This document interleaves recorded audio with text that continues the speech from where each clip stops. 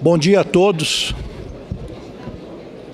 Havendo número legal, declaro reaberta a sessão. Eu peço ao excelentíssimo senhor presidente do Senado, senador Renan Calheiros, que introduza a excelentíssima senhora presidente Dilma Rousseff neste plenário.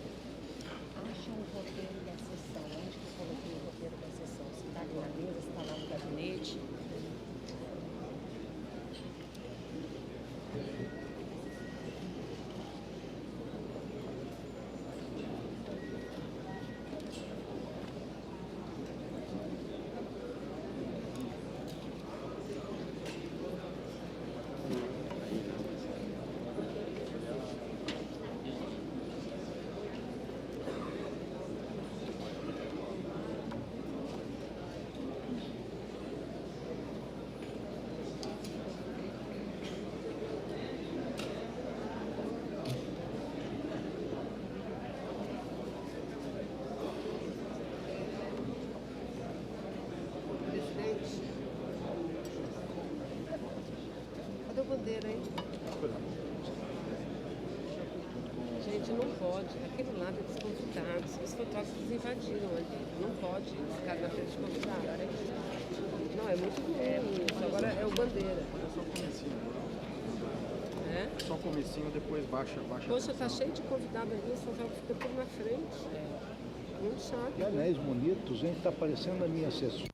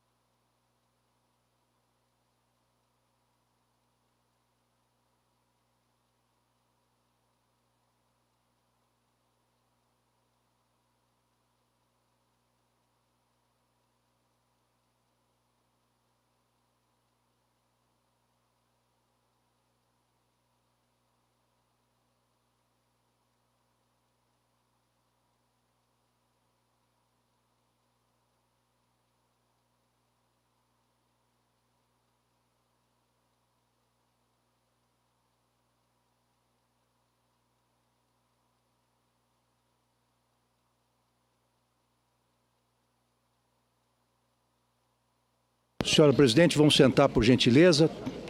Os que quiserem sentar, por favor, sentem-se.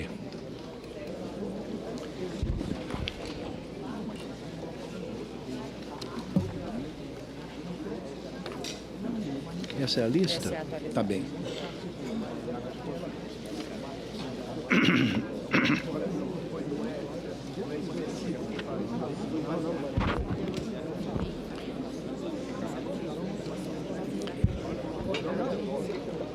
Daremos início agora à fase do depoimento da excelentíssima senhora presidente Dilma Vana Rousseff, a quem cumprimento pela disposição de vir aqui a este egrégio plenário dar as suas explicações sobre os fatos que lhe foram irrogados pela acusação. Sua Excelência fará uso da palavra inicialmente pelo prazo de até 30 minutos, prorrogáveis a critério desta presidência.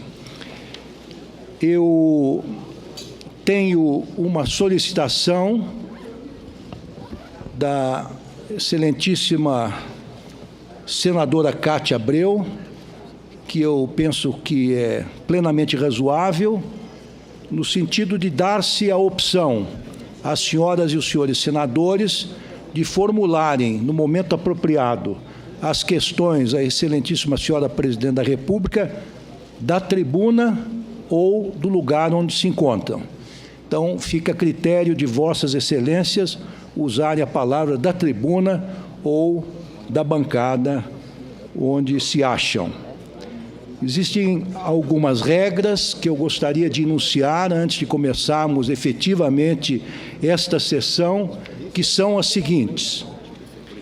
Em primeiro lugar, informo as senhoras e senhores convidados que se encontram nas galerias deste plenário, mas informo também aos servidores e demais pessoas credenciadas a acompanhar esta sessão, e todos são muito bem-vindos, mas dizer que esta presidência será extremamente rigorosa no que tange à aplicação do artigo 184 do Regimento Interno da Casa, que diz o seguinte, entre aspas, é permitido a qualquer pessoa assistir às sessões públicas do lugar que lhe for reservado, desde que se encontre desarmada e se conserve em silêncio, sem dar qualquer sinal de aplauso ou de reprovação a que nela se passar. Isso inclui faixas, inclui cartazes, inclui aplausos, inclui vaias e qualquer outro tipo de manifestação. Qualquer cumprimento ao disposto no citado artigo ensejará a suspensão da sessão, ficando desde logo a Polícia Legislativa autorizada a conduzir o responsável ao exterior do plenário, sem prejuízo das sanções legais cabíveis.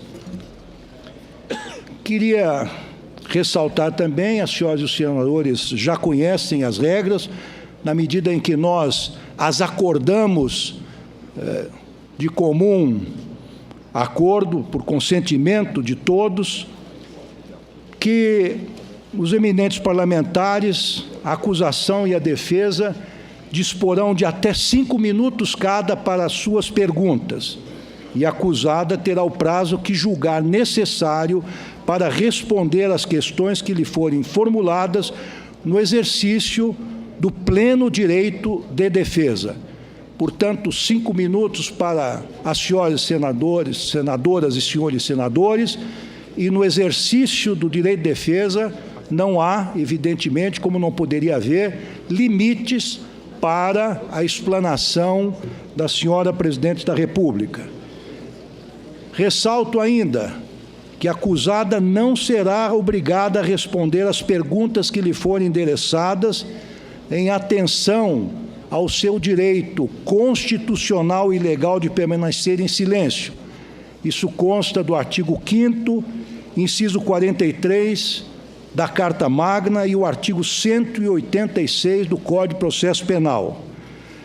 Lembro ainda, e pincei aqui um pequeno trecho de uma ementa, de um acórdão que foi relatado pelo eminente ministro Celso de Mello, decano do Supremo Tribunal Federal, no HC 79.812, em que Sua Excelência, o ministro da Suprema Corte, diz o seguinte, entre aspas: o princípio constitucional da não culpabilidade consigna regra de tratamento condigno ao réu, que não poderá ser ofendido ou injuriado pelo juiz do caso a pretexto da realização de seu interrogatório. Isso, aliás, é uma regra não apenas constitucional, jurisprudencial, mas também universal. Queria também consignar, conforme consta de nosso roteiro, previamente acertado, que não caberá réplica ao arguente, podendo, no entanto, o presidente do STF conceder-lhe a palavra, caso seja nominalmente citado de forma injuriosa, não se aplicando o artigo 14, inciso 8º do Regimento Interno do Senado Federal, considerada a natureza peculiar do ato jurídico processual em questão, no qual o acusado exerce o seu direito de autodefesa. Portanto, não se trata de um contraditório. Os senadores, neste caso, são os juízes da causa. Não serão admitidas pelo presidente perguntas que possam induzir a resposta, não tiverem relação com a causa ou importarem na repetição de outra respondida, ainda que veiculadas com palavras diferentes. Eu tenho a satisfação de constatar que, ao longo dos trabalhos até este momento, na inquirição das testemunhas, esta regra foi observada por Vossas Excelências. Eu tenho certeza que, neste momento também, ou a partir deste momento, estas regras também serão observadas. As perguntas e eventuais reperguntas deverão ser, aliás, não haverá reperguntas, mas as perguntas deverão ser feitas objetivamente, sem necessidade de fundamentação. Dito isso, e desejando a todos muito boa sorte nos trabalhos, eu tenho a honra de conceder a palavra à excelentíssima senhora presidente Dilma Vana Rousseff, para que dela faça uso, inicialmente por até 30 minutos.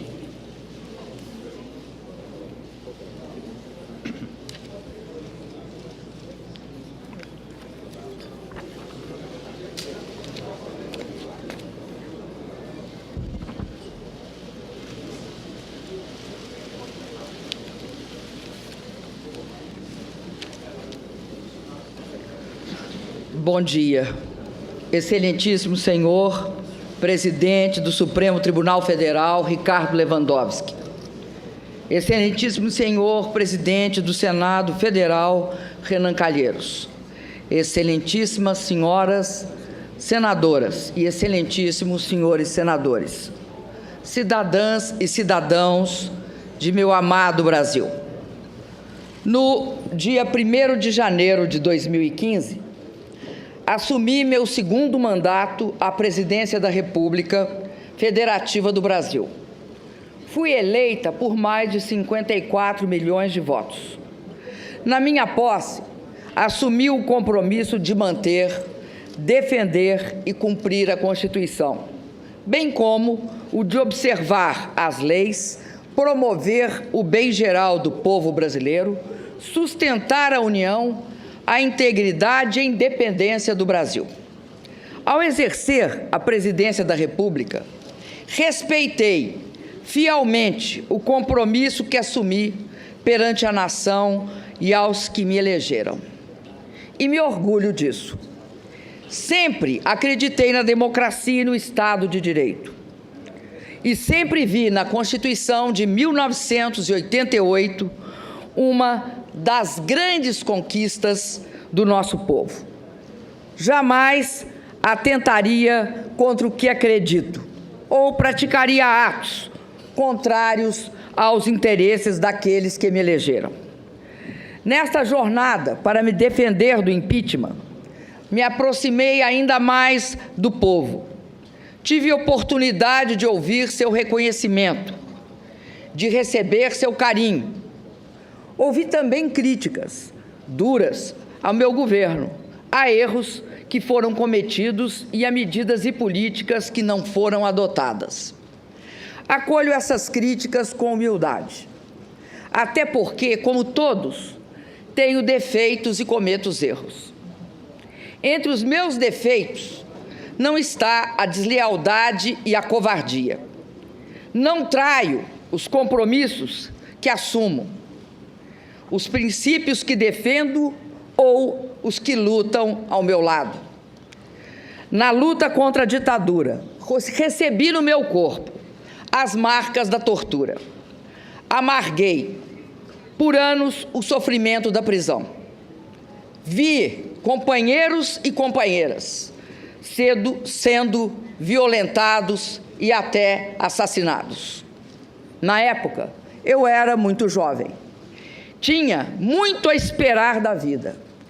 Tinha medo da morte, das sequelas da tortura no meu corpo e na minha alma. Mas não cedi. Resisti. Resisti à tempestade de terror que começava a me engolir, na escuridão dos tempos amargos em que o país vivia. Não mudei de lado. Apesar de receber o peso da injustiça nos meus ombros, continuei lutando pela democracia. Dediquei todos esses anos da minha vida à luta por uma sociedade sem ódios e intolerância. Lutei por uma sociedade livre de preconceitos e de discriminações. Lutei por uma sociedade onde não houvesse miséria ou excluídos. Lutei por um Brasil soberano, mais igual e onde houvesse justiça. Disso tenho orgulho. Quem acredita, luta. Aos quase 70 anos de idade, não seria agora, após ser mãe e avó, que abdicaria dos princípios que sempre me guiaram. Exercendo a presidência da República, tenho honrado o compromisso com o meu país, com a democracia, com o Estado de Direito. Tenho sido intransigente na defesa da honestidade na gestão da coisa pública. Por isso, diante das acusações que contra mim são dirigidas neste processo, não posso deixar de sentir na boca novamente o gosto áspero e amargo da injustiça e do arbítrio. E por isso, como no passado, resisto. Não esperem de mim o obsequioso silêncio dos covardes. No passado, com as armas e hoje com a retórica jurídica, pretendem novamente atentar contra a democracia e o Estado de Direito. Se alguns rasgam o seu passado e negociam as benesses do presente, que respondam perante a sua consciência e perante a história pelos atos que praticam. A mim, cabe lamentar pelo que foram e pelo que se tornaram. E resistir, resistir sempre. Resistir para acordar as consciências ainda adormecidas, para que juntos finquemos o pé no terreno que está do lado certo da história, mesmo que o chão trema e ameace de novo nos engolir. Não luto pelo meu mandato, por vaidade ou por apego ao poder, como é próprio dos que não têm caráter, princípios ou utopias a conquistar. Luto pela democracia, pela verdade e pela justiça. Luto pelo povo do meu país, pelo seu bem-estar. Muitos hoje me perguntam, De onde vem a minha energia para prosseguir? Vem do que acredito. Posso olhar para trás e ver tudo o que fizemos, olhar para frente e ver tudo o que ainda precisamos e podemos fazer. O mais importante é que posso olhar para mim mesma e ver a face de alguém que, mesmo marcada pelo tempo, tem forças para defender suas ideias e seus direitos. Sei que em breve, e mais uma vez na vida, serei julgada. E é por ter a minha consciência absolutamente tranquila em relação ao que eu fiz no exercício da presidência da República, que venho pessoalmente à presença dos que me julgarão. Venho para olhar diretamente nos olhos de vossas excelências e dizer com a serenidade dos que nada têm a esconder que não cometi nenhum crime de responsabilidade. Não cometi os crimes dos quais sou acusada, injusta e arbitrariamente. Hoje, o Brasil, o mundo e a história nos observam e aguardam o desfecho desse processo de impeachment. No passado, da América Latina e do Brasil, sempre que interesses de setores da elite econômica e política foram feridos pelas urnas e não existiam razões jurídicas para uma destituição legítima, conspirações eram tramadas, resultando em golpes de Estado. O presidente Getúlio Vargas, que nos legou a CLT e a defesa do patrimônio nacional, sofreu uma implacável perseguição, a hedionda trama orquestrada pela chamada República do Galeão, que o levou ao suicídio.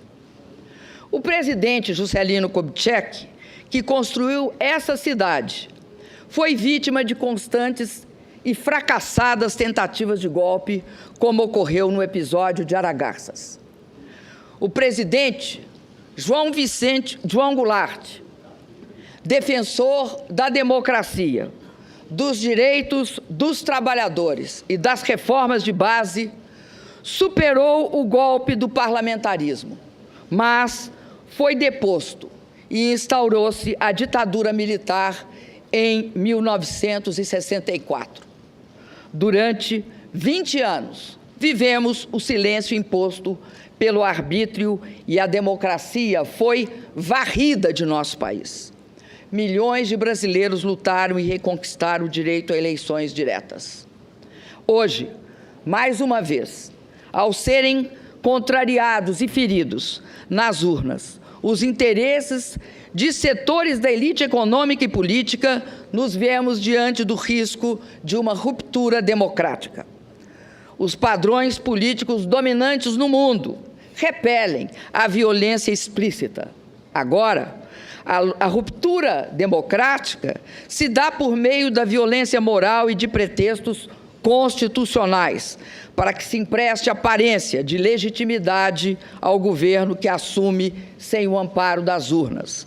Invoca-se a Constituição para que o mundo das aparências encubra hipocritamente o mundo dos fatos.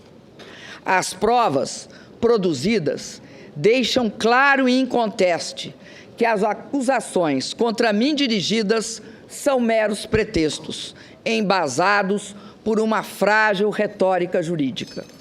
Nos últimos dias, novos fatos evidenciaram outro aspecto da trama que caracteriza esse processo de impeachment.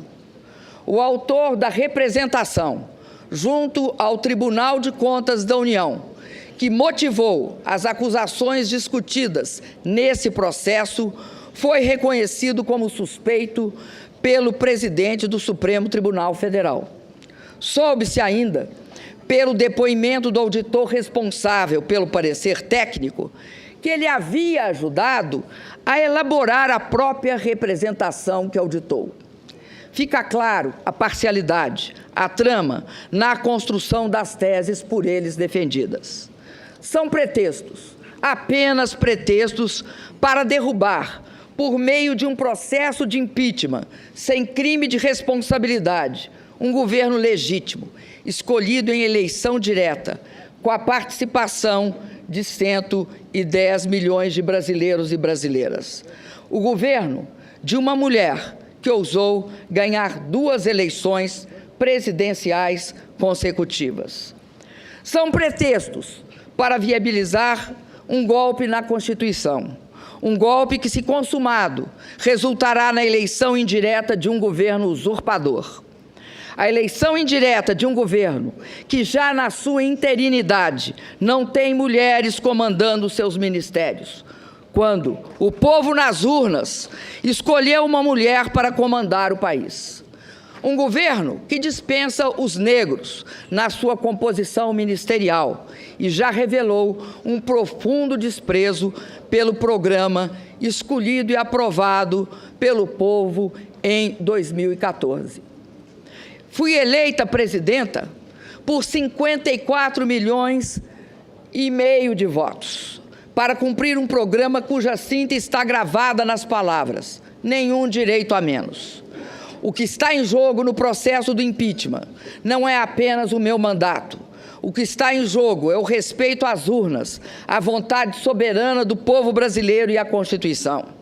O que está em jogo são as conquistas dos últimos 13 anos, os ganhos da população, das pessoas mais pobres e da classe média, a proteção às crianças, os jovens chegando às universidades e às escolas técnicas, a valorização do salário mínimo, os médicos atendendo a população, a realização do sonho da casa própria.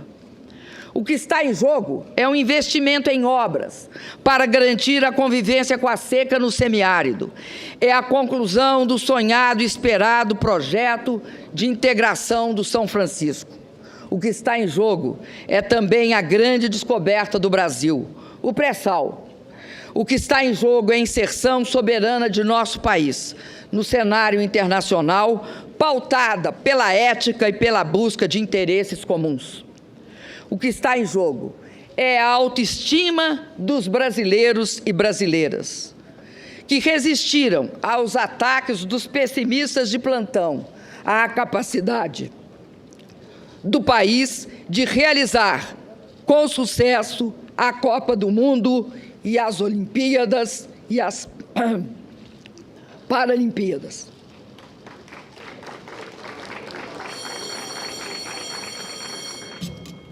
Peço que não se manifestem, por favor. Repito, o que está em jogo é a autoestima dos brasileiros e brasileiras, que resistiram aos ataques dos pessimistas de plantão, a capacidade do país de realizar com sucesso a Copa do Mundo e as Olimpíadas e as Paralimpíadas. O que está em jogo é a conquista da estabilidade que busca o equilíbrio fiscal, que busca o controle da inflação e não abre mão de programas sociais para a nossa população. O que está em jogo é o futuro do país, a oportunidade e a esperança de avançar sempre mais. Senhoras e senhores senadores, no presidencialismo previsto na Constituição, na nossa Constituição, não basta a eventual perda de maioria parlamentar para afastar um presidente. Há que se configurar crime de responsabilidade, e está claro que não houve tal crime. Não é legítimo, como querem os meus acusadores, afastar o chefe de Estado e de governo por não concordarem com o conjunto da obra. Quem afasta o presidente pelo conjunto da obra é o povo, e só o povo nas eleições.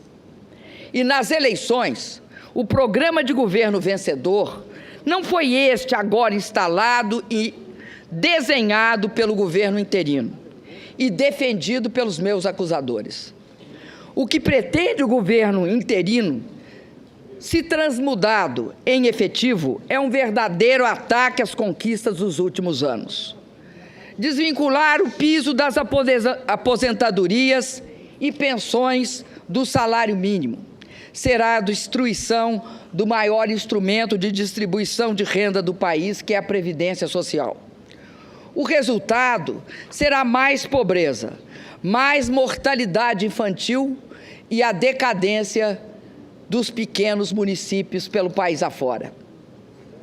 A revisão dos direitos e garantias sociais previstos na CLT e a proibição do saque do fundo de garantia na demissão do trabalhador são ameaças que pairam sobre a população brasileira, caso prospere o impeachment sem crime de responsabilidade. Conquistas importantes para as mulheres, os negros e as populações LGBT estarão comprometidas pela submissão a princípios ultraconservadores. O nosso patrimônio estará em questão, com os recursos e resultados do pré-sal, as riquezas naturais e minerárias, sendo fortemente ameaçadas e, em muitos casos, privatizadas. A ameaça mais assustadora desse processo de impeachment sem crime de responsabilidade é congelar, por inacreditáveis 20 anos, as despesas com saúde, educação, saneamento e habitação. É impedir que, por 20 anos, mais crianças e jovens tenham acesso às escolas, que, por 20 anos, as pessoas possam ter melhor atendimento à saúde, que, por 20 anos, as famílias possam sonhar com a casa própria. Senhor presidente Ricardo Lewandowski, senhoras e senhores senadores, a verdade é que o resultado eleitoral de 2014 foi um rude golpe em setores da elite conservadora brasileira. Desde a proclamação dos resultados eleitorais, os partidos que apoiavam o candidato derrotado nas eleições fizeram de tudo para impedir a minha posse e a estabilidade do meu governo. Disseram que as eleições haviam sido fraudadas, pediram auditoria nas urnas, impugnaram minhas contas eleitorais e, após a minha posse, buscaram de forma desmedida quaisquer fatos que pudessem justificar retoricamente um processo de impeachment.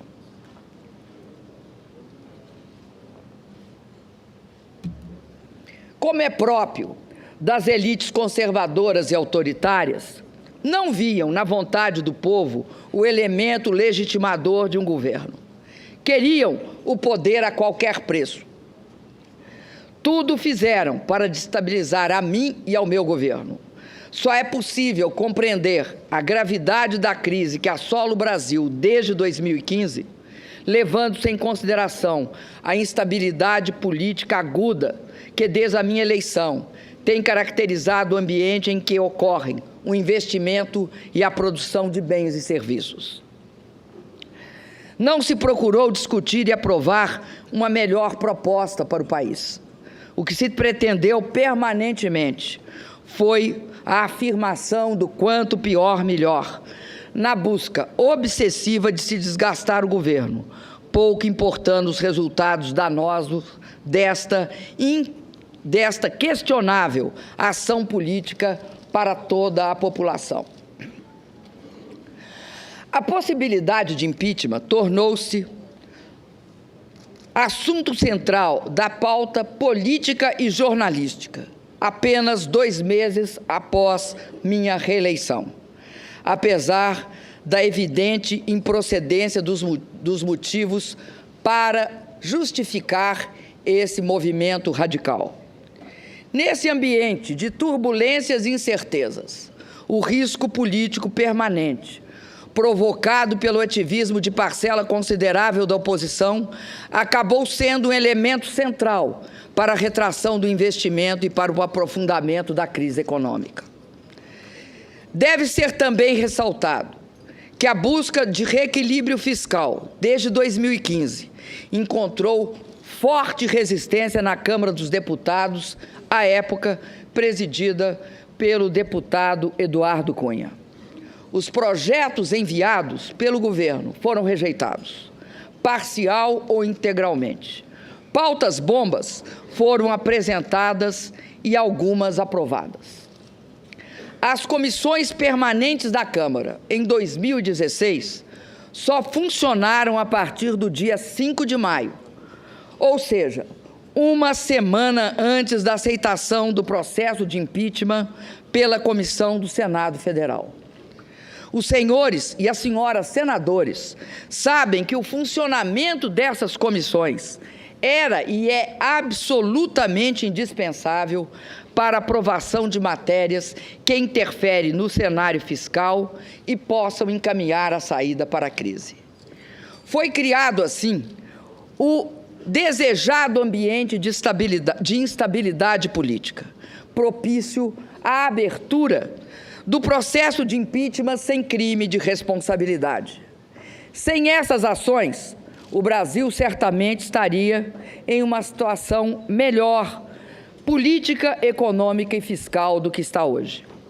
Muitos articularam e votaram contra propostas que durante toda a vida defenderam, sem pensar nas consequências que seus gestos trariam para o país e para o povo brasileiro.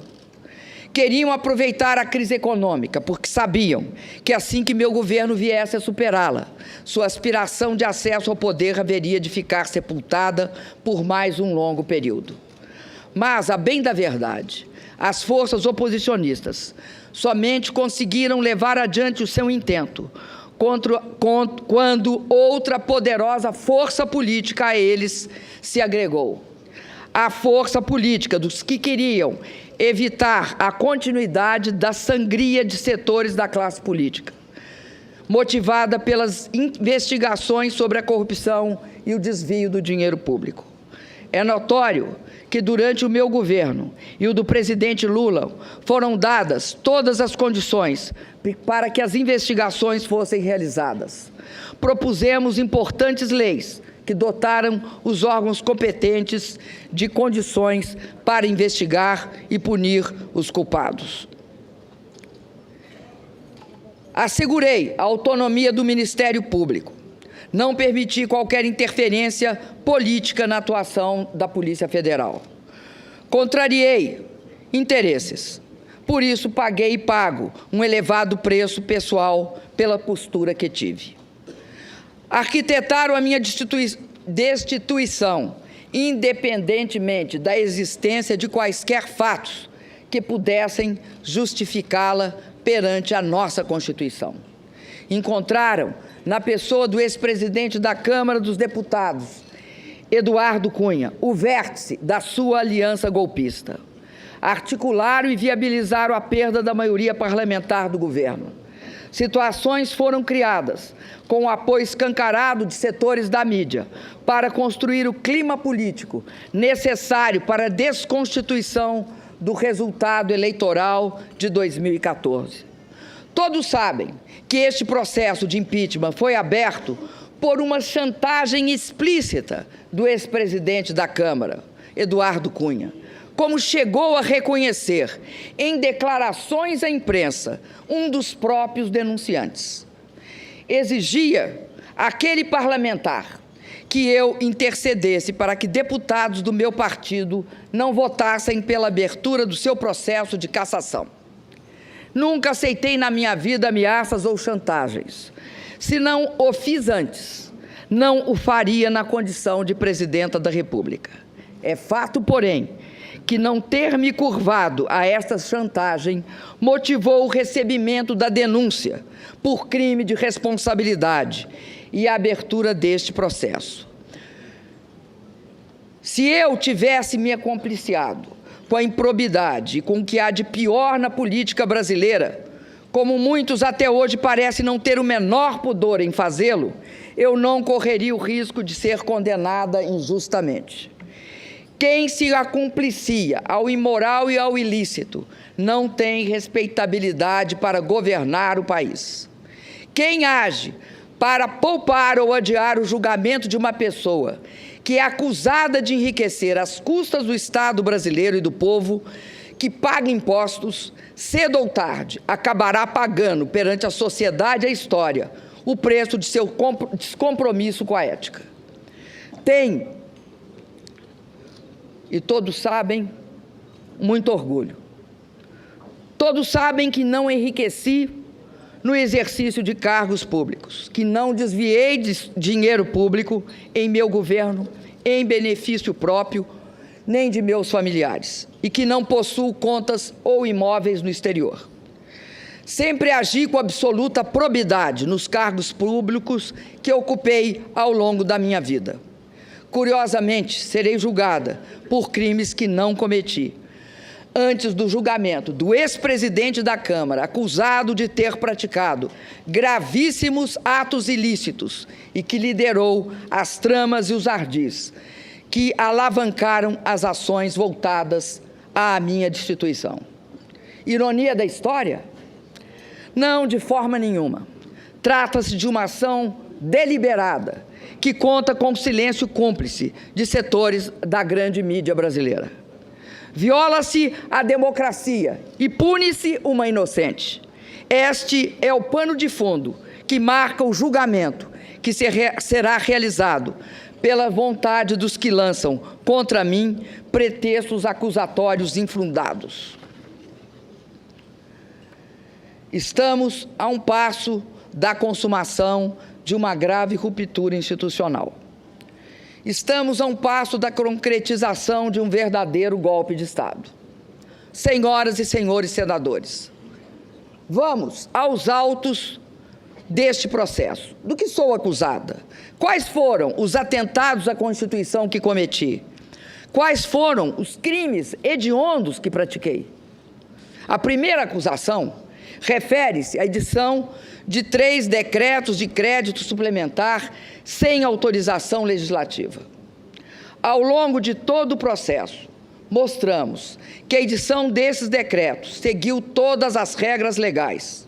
Respeitamos a previsão contida na Constituição, a meta definida na LDO e as autorizações estabelecidas no artigo 4º da Lei Orçamentária de 2015, aprovadas pelo Congresso Nacional. Todas essas previsões legais foram respeitadas em relação aos 3 decretos. Eles apenas ofereceram alternativas para a alocação dos mesmos limites de empenho e financeiro estabelecidos pelo decreto de contingenciamento, que não foram alterados. Repito, pelos decretos de contingenciamento que não foram alterados. Por isso, não afetaram em nada a meta fiscal.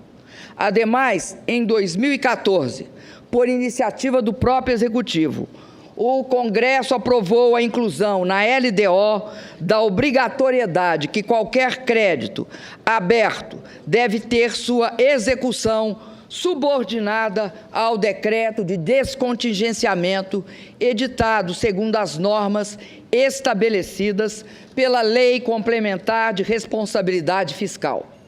E isso foi precisamente respeitado.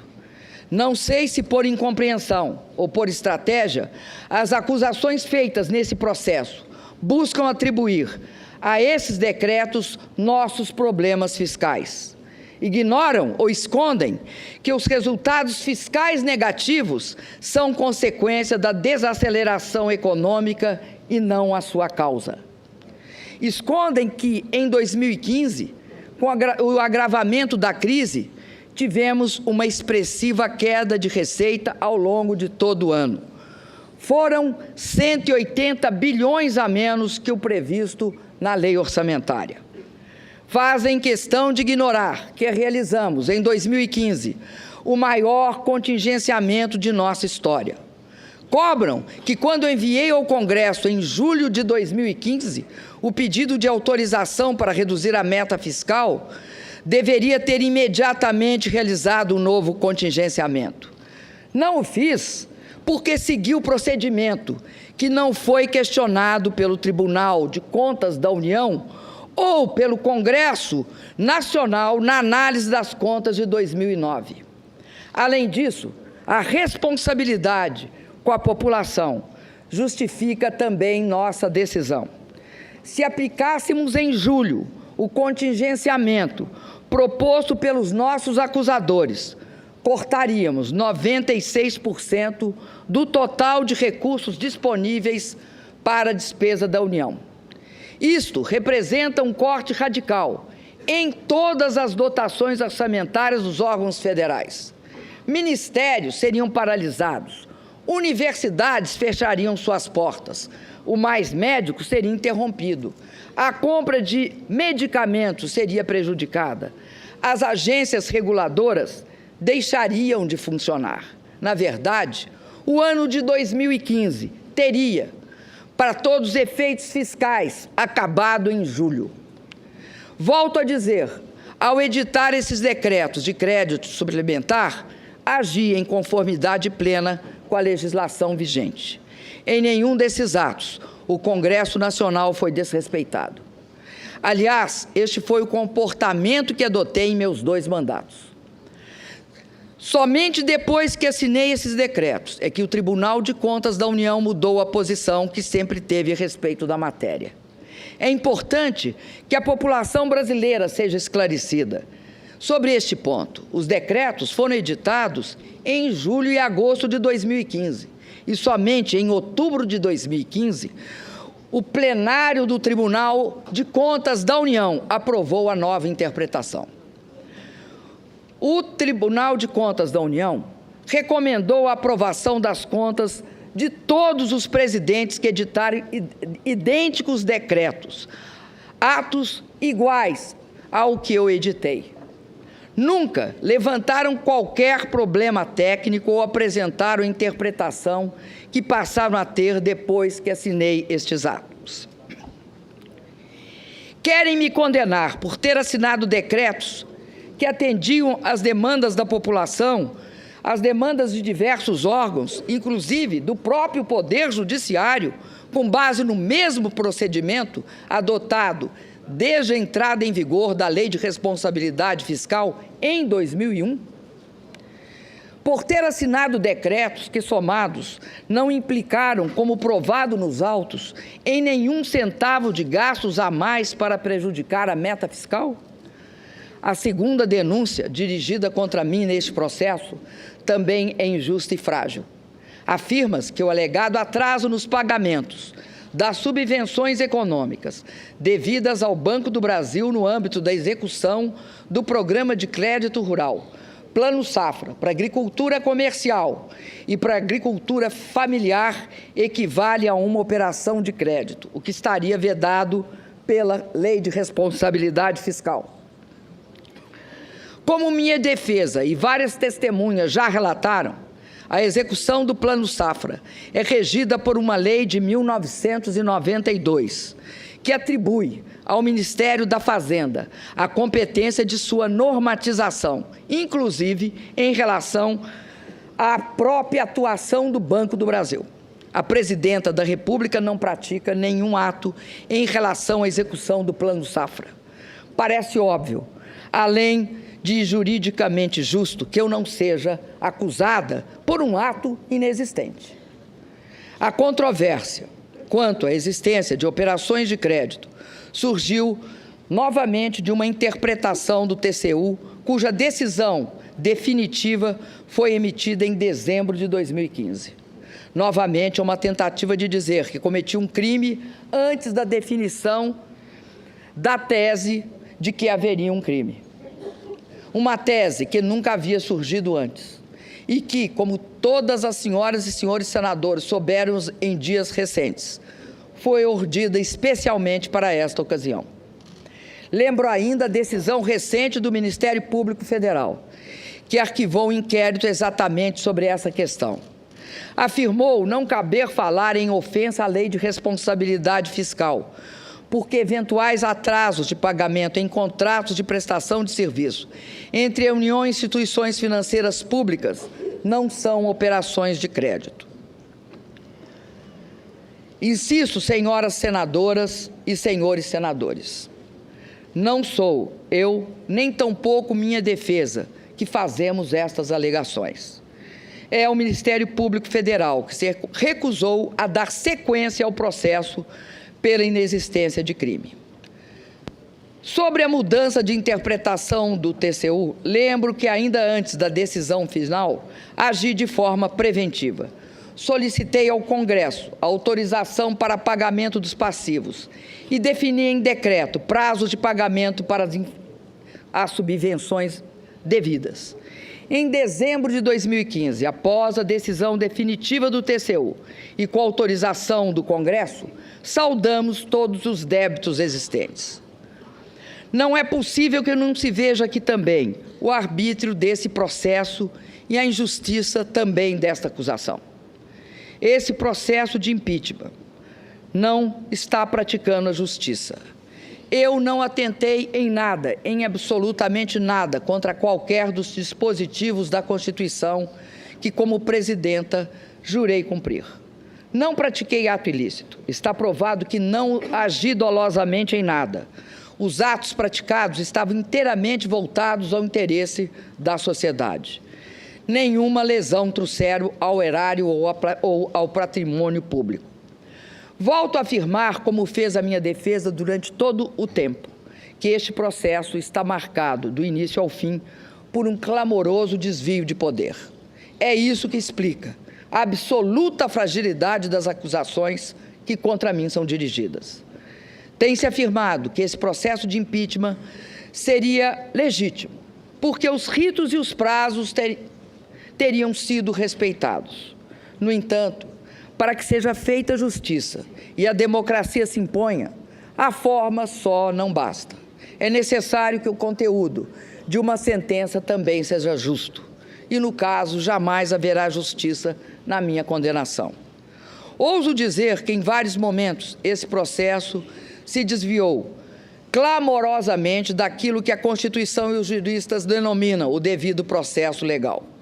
Não há respeito ao devido processo legal quando a opinião condenatória de grande parte dos julgadores é divulgada e registrada pela grande imprensa antes do exercício final do direito de defesa. Não há respeito ao devido processo legal quando os julgadores afirmam que a condenação não passa de uma questão de tempo, porque votarão contra mim de qualquer jeito. Nesse caso, o direito de defesa será exercido apenas formalmente, mas não será apreciado substantivamente nos seus argumentos e nas suas provas. A forma existirá apenas para dar aparência de legitimidade ao que é ilegítimo por essência. Senhoras e senhores senadores, nesses meses, me perguntaram inúmeras vezes por que eu não renunciava, para encurtar este capítulo tão difícil da minha vida. Jamais o faria, porque tenho compromisso inarredável com o Estado democrático de direito. Jamais o faria porque nunca renuncio à luta. Confesso a vossas excelências, no entanto, que a traição, as agressões verbais e a violência do preconceito me assombraram. E, em alguns momentos, muito me magoaram. Mas foram sempre superadas, em muito, pela solidariedade, pelo apoio e pela disposição de luta de milhões de brasileiras e brasileiros pelo país afora. Por meio de manifestações de rua, reuniões, seminários, livros, shows, mobilizações na internet, nosso povo esbanjou criatividade e disposição para a luta contra o golpe.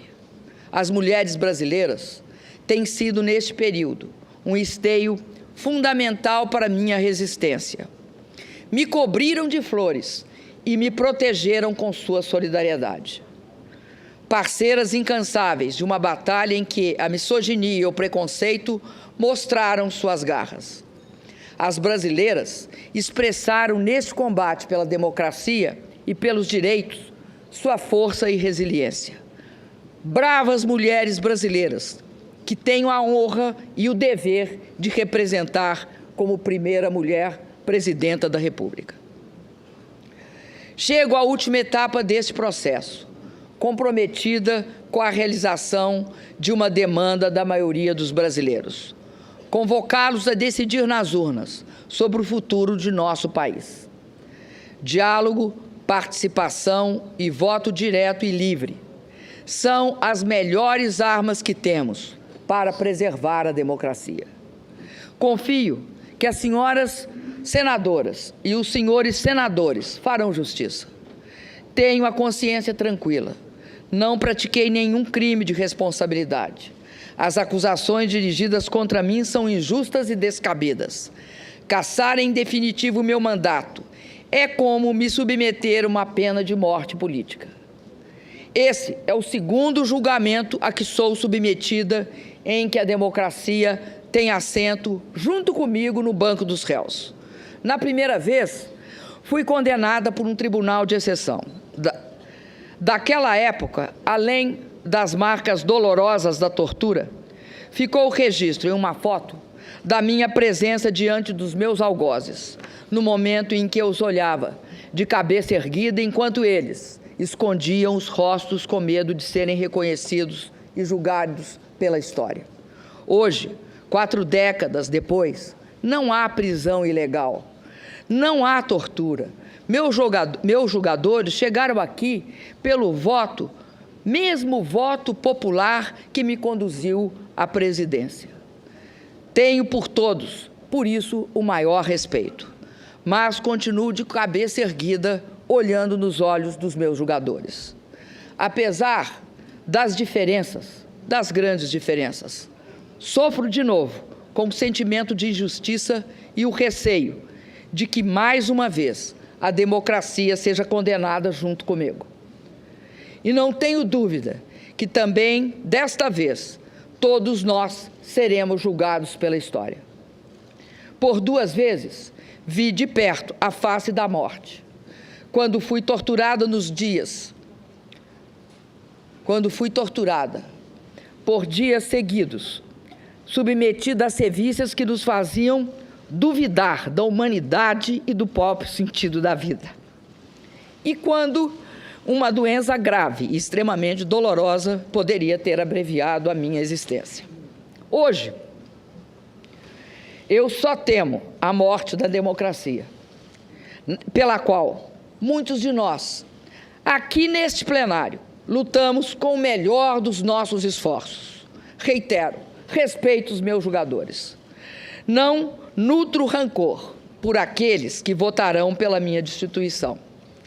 Respeito e tenho muito apreço por aqueles que têm lutado bravamente pela minha absolvição, aos quais serei eternamente grata.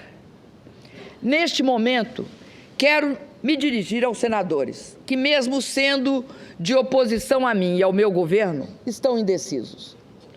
Lembrem-se que no regime presidencialista e sob a égide da nossa Constituição, uma condenação política exige obrigatoriamente a ocorrência de um crime de responsabilidade, cometido dolosamente e comprovado de forma cabal. Lembrem-se do terrível precedente que a decisão pode abrir para outros presidentes que virão, governadores e prefeitos, atuais e futuros. Condenar sem provas substantivas, condenar um inocente. É esse o precedente.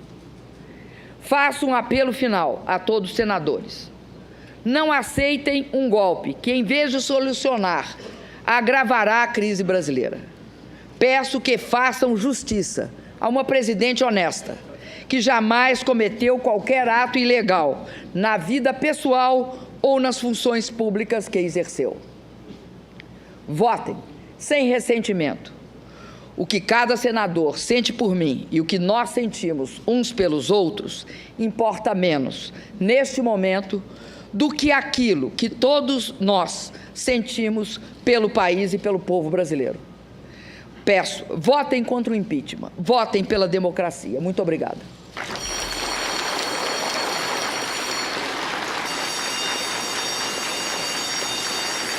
Silêncio, por favor. Silêncio.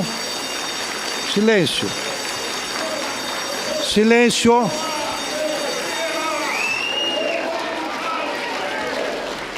Silêncio. Silêncio.